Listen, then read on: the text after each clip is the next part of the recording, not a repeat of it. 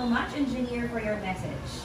May you continue supporting our school in the best way possible. At this point, let us welcome the woman behind this program, an epitome of true leader, Miss Annie Tani, President of Batch 1974, from BGC, to give her a pledge of support.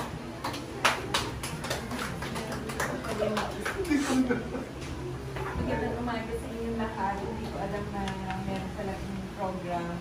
Natutuwa ako na nandito ako ngayon. Ito a blessed day to spend my day here with you.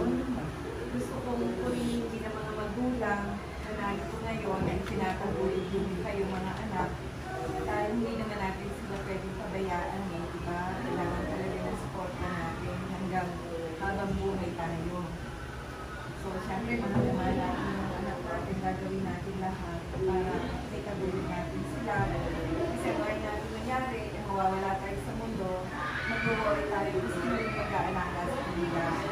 So, I wish you more blessings, bigyan kayo ng sapat na good health para talagang maalagaan natin mga anak natin. At saka sila, I wish na medyo with the help ng mga teachers and volunteers, mag-improve yung kanilang mental, psychological, emotional well-being nila para makakope sila at least yung mga basic para maka-survive sila sa mundo.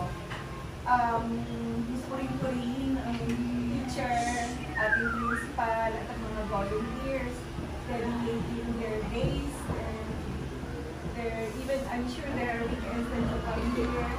Thank you so much. What a noble thing to do.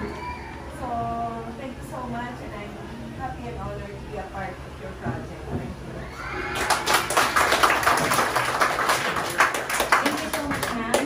Huwag po kayo magsasawang tumulong at makiisa sa mga programa ng aming paaralan.